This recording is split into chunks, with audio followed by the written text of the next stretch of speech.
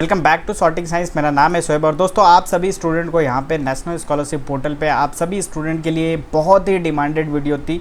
PMSSY scholarship को लेके payment क्यों नहीं आ रहा है, उन सभी से रिलेटेड एक वीडियो मैं यहाँ पे आज बनाने जा रहा हूँ। डेफिनेटली आप सुनिएगा। इस वीडियो के अंदर मैंने काफ़ी चीज़ें रिसर्च करने की कोशिश की है और जो भी हो सके यहाँ पर मैं आपको वो चीज़ें बताने वाला हूँ, जिसमें हमारे एक दोस्त हैं नवीन कुमार, उन्होंने बहुत हेल्प करी है, जिसकी वजह से ये सारी वीडियो यहाँ पे बन पा रही है। क्योंकि 5 से 7 मिनट की वीडियो होने वाली है, तो कंप्लीट वीडियो देखिएगा और प्रोसेस आपको बताऊंगा। आरटीआई से लेके आरटीआई भी आप देख पा रहे हो यहाँ पे हमारे पास रखा हुआ है, इतना पास ये आरटीआई हमारे पास है। आरटीआई से लेके और जो मिनिस्ट्री से बात हुई है वो भी बताऊँगा कि किस तरीके से ये लोग बात कर रहे हैं। अभी आपको पता होगा, एक बार मैं ओवरव्यू दे देता हूँ कि जो हमारी जो स्कीम है वो सबसे नीचे अगर आते होगे तो department of social justice empowerment backward classes है, जिसमें आप सभी स्टूडेंट यहाँ पे पाते हो कि एक स्कूल वाले स्टूडेंट के लिए होता है और एक कॉलेज गोइंग वाले स्टूडेंट के लिए होता है। जो बेसिकली स्कूल वाले स्टूडेंट के लिए होता है, इनके लिए यहाँ पे ये ऊपर वाली होती है और कॉलेज वाली स्टूडेंट के लिए यहाँ पे आप देख पा रहे हो नीचे वाली ऊपर वाली होती है और ये स्कूल वाली के लिए नीचे वाली होती है। ठीक है।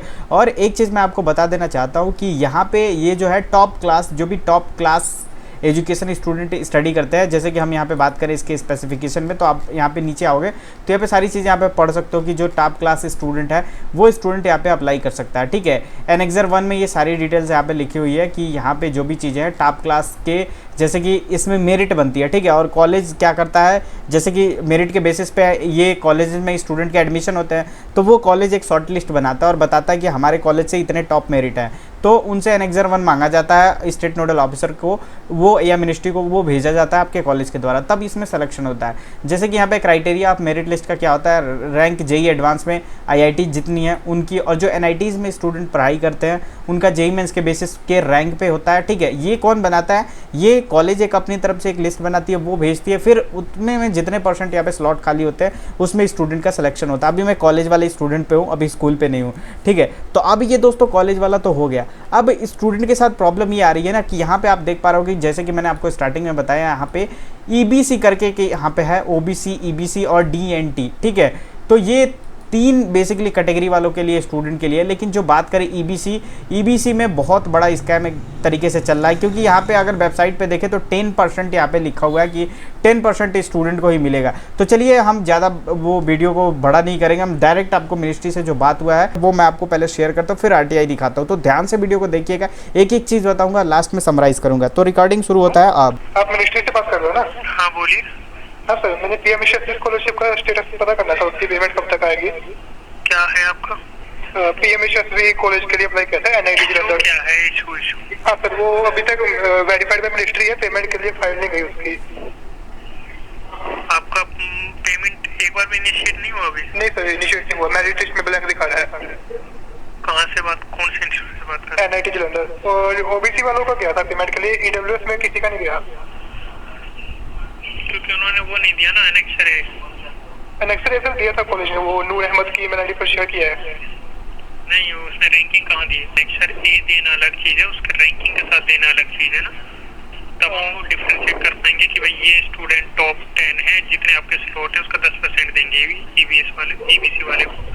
तो उसमें देख के तो हम देंगे कि जो रैंकिंग, अब उसमें नाम दे रखे हैं, रैंकिंग नहीं दे रखी, या तो वो ये लिख देंगे ईबीसी वाले हैं और इनका ये रैंक है, तो हमारे लिए इजी हो जाएगा। जैसे हमारे इंस्टीट्यूट के पास 120 स्लॉट थे, तो मतलब 120 में से वो 12 ही ईबीसी को दे सकते हैं क्या?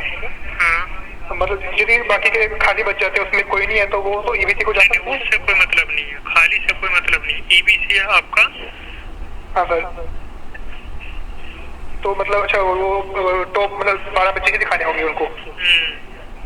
तो इसके लिए मैं मतलब कॉलेज को बोलूँ या मतलब कैसे, कोई ईमेल वगैरह? कॉलेज को नोडल ऑफिसर को बोलिए कि आपकी जो बोलिए वो अपने एनेक्सर के साथ भेजें और जो उनका इंटर से रैंकिंग के साथ भेजें।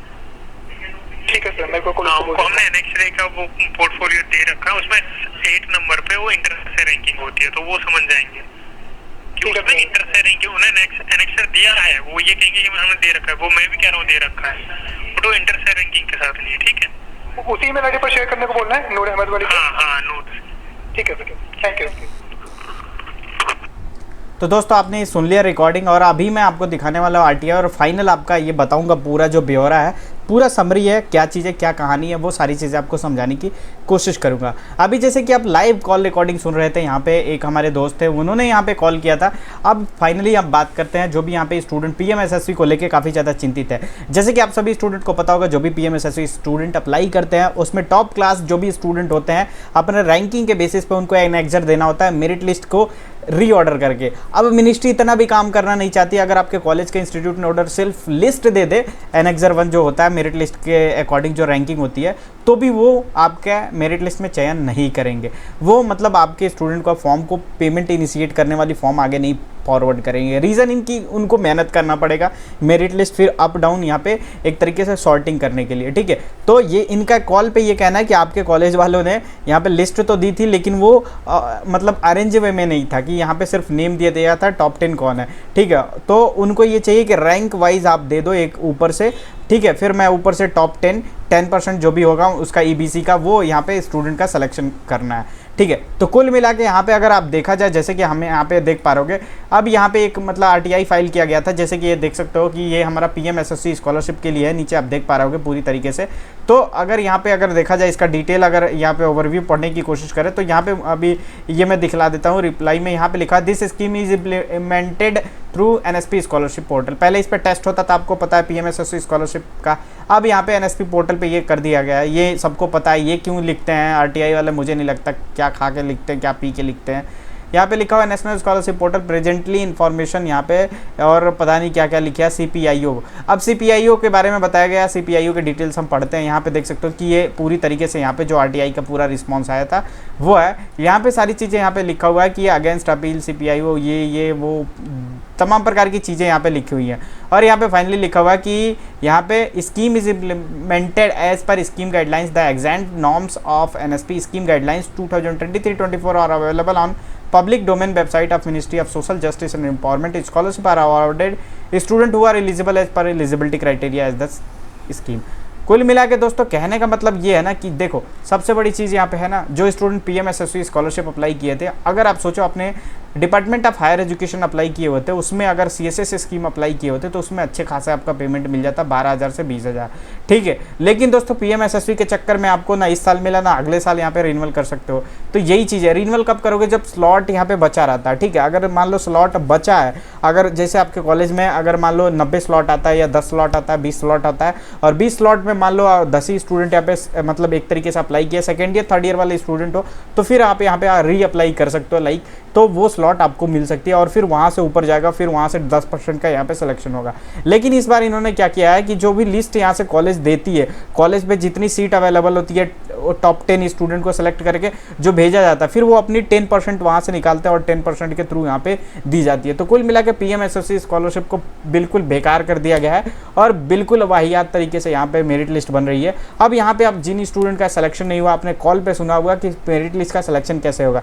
इसके लिए सबसे पहले जरूरी है दोस्तों, वीडियो तो देख रहे हो, वीडियो देखने के बाद से आपने इंस्टीट्यूट नोडल ऑफिसर से कनेक्ट करना है। इंस्टीट्यूट नोडल ऑफिसर आपको सारा डिटेल बताएंगे कि वो एनेक्जर 1 में जो मेरिट लिस्ट जो बना के भेजे हैं वो किस वे में भेजे हैं, किस तरीके से भेजे हैं, उनसे एक बार कंफर्म करिएगा। और ठीक उसी प्रकार जो हमारे स्कूल वाले स्टूडेंट है, स्कूल वाले भी स्टूडेंट का कुछ ऐसा ही है, ठीक है। अभी आप मेरे को बताइए कि आप किस स्कीम में अप्लाई किए हुए हैं, कॉलेज वाले में या फिर स्कूल वाले में, ताकि उससे रिलेटेड मैं और डिटेल्स यहाँ पे कोशिश करूँ ट्राई करने के लिए, और जो मेरिट लिस्ट वाला जो यहाँ पे लोचा है उसको सॉल्व करने की कोशिश करें। फिलहाल अभी बताइए आपका PMSSB में आपका मेरिट लिस्ट में सिलेक्शन हुआ है या नहीं, और आपके कॉलेज से एनेक्जर 1 भेजा गया है या नहीं, ये चीज़ें मुझे कमेंट सेक्शन में जरूर बताइए। आपको मेरी इतनी मेहनत अच्छी लगी तो प्लीज़ वीडियो को लाइक करके जाइएगा। कमेंट तो बहुत आपकी आई है, लेकिन वीडियो को लाइक करिएगा और चैनल को सब्सक्राइब करके जरूर जाइएगा। यहाँ तक वीडियो देखने के लिए आप सभी का तहे दिल से धन्यवाद।